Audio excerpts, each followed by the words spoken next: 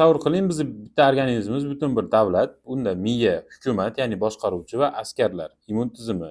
Immun tizimida bir limfositlar bo'lishi mumkin. Tinch holatda, oddiy yurganimizda bizga miya askarlarga budjet hamda energiya, oziq-ovqat ajratib turadi, oddiy qilib tushuntirganda. Endi tasavvur qiling, stress holati boshlandi. Stressda birinchi bo'lib miya buyruq beradi. Buyrak usti bezida kortizollar juda ham ko'p ishlab chiqarilib, qonga o'tgani hisobiga askarlarga kelayotgan budjet deganda energiya, oziq-ovqat kelishi kamayadi.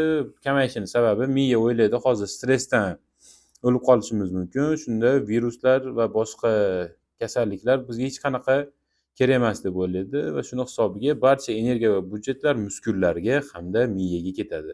Shuni hisobiga askarlar kuchsizlanadi va o'zini o'zi yeyishi mumkin, bo'lmasa karaxt holatga kelishi mumkin. Karaxt holatga kelganda sekin viruslar organizmimizga kirib, bizni zararlashi mumkin. E'tiboringiz uchun rahmat. Obuna bo'lishni unutmang.